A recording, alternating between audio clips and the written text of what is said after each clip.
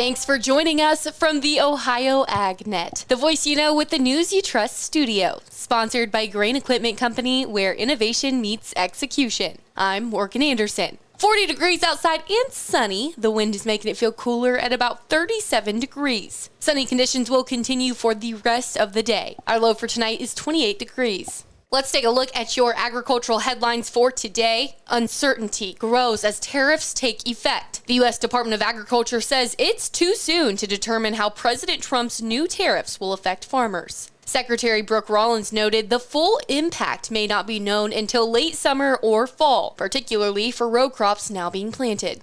On April 2nd, Trump enacted tariffs including a 10% minimum on all imports with additional tariffs on goods from China, Mexico, and Canada. China responded with 10% tariffs on U.S. soybeans and 34% on all U.S. goods. During the last trade dispute, farmers lost an estimated $27 billion in exports, with federal subsidies covering much of the gap. The American Farm Bureau estimates 20% of farm income comes from exports, and soybean producers could face disproportionate impacts again. Import costs for agricultural supplies like fertilizer and equipment are also rising. Some farmers and economists warn that continued tariff escalation could disrupt supply chains and create longer-term financial strain across the agriculture sector.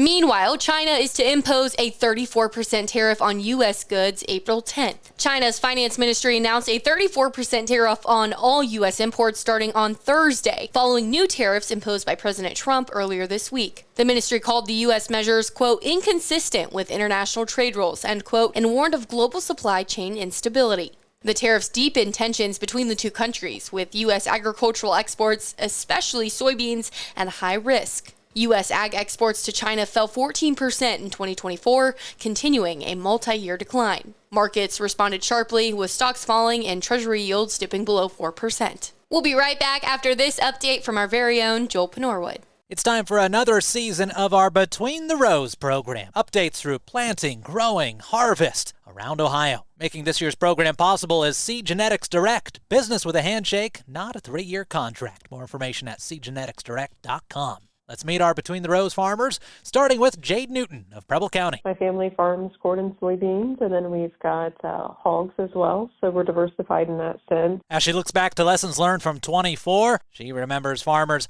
holding on to grain a little bit longer than they had wanted. I think September was the first time that the grain elevators really had to be like, is this 23 crop or is this 24 crop, as late as they did. But coming in through harvest in general, I think for Southwest Ohio, yields were lagging a little bit. And I think we just lost some top-end yield potential in some places where tar spot was pretty prevalent.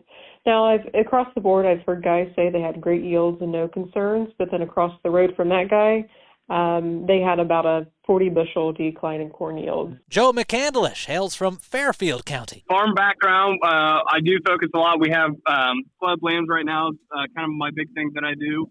And then I help a good friend of mine, like farm and stuff, with corn, beans, and wheat.